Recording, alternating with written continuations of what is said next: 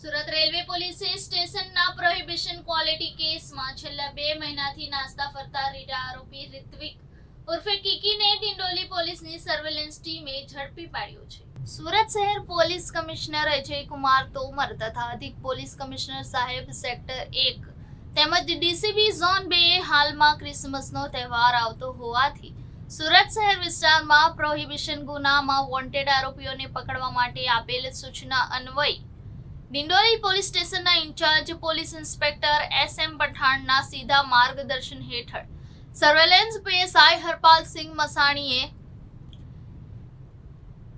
સર્વેલન્સના police માણસોને સાથે રાખી ડિંડોલી વિસ્તારમાં પેટ્રોલિંગમાં હતા. તે દરમિયાન head constable દિવ્યેશભાઈ Harishbhai, head constable Arvind વાસુદેવને ખાનગી રાહે ચોક્કસ બાતમી હકીકત મળેલ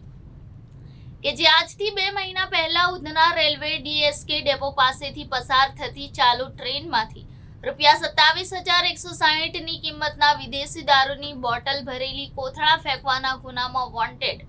રિત્વિક ઉર્ફે કીકી નવાગામ ડિંડોલી બાબા મેમોરિયલ હોસ્પિટલ પાસે ઊભો છે.